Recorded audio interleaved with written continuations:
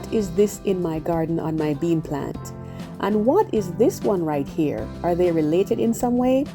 Well guys, if you ever see them in your garden, do not touch them. Do not let your kids touch them because they are dangerous. It's not the most pleasant topic, but we do have to practice caution in the garden, and when you know how to prevent danger in there. If this is your first time here, my name is Marlene. Welcome to Marlene's How To's, my home and garden channel. So being, mid to late summer, that time of year, I typically go in and trim back my perennials, such as these cone flowers right here. As you can see, the colors are already changing a little bit for fall. This is how they were looking in the springtime. They were absolutely beautiful. And then I went to the side yard for my gladiolas to cut those back. You can see that they're, yellowing a little bit there as well too. And they were actually looking fabulous in the spring. You can see how they're looking here, and I certainly want them to look that way again next year. So of course, I pruned them back. And what did I see in one of the leaves? This little creature right here.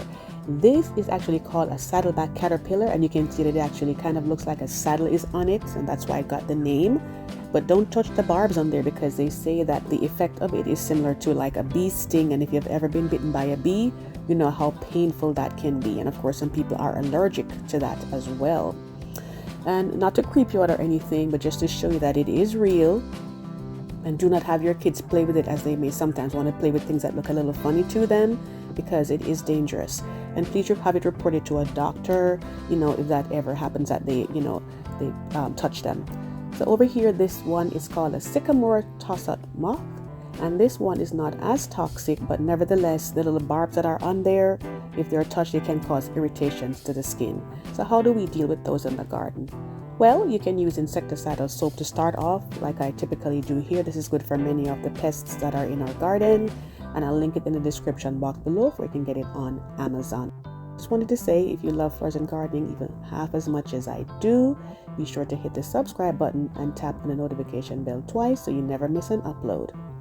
So after you've gone in and you've cut your leaves off with the bugs on there, you just put them in a plastic bag, and then you go ahead and put them in the trash, and that should take care of it. And for more of my pleasant videos, I'll link at the end my iris playlist for you, so you can enjoy that and feel a little bit more happy about the garden.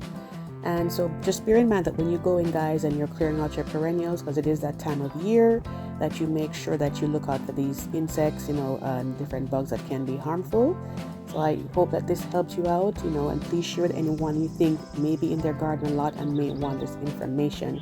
I do thank you so much for joining me today. Thank you for watching my videos. Hope you have a wonderful day and happy gardening. Take care.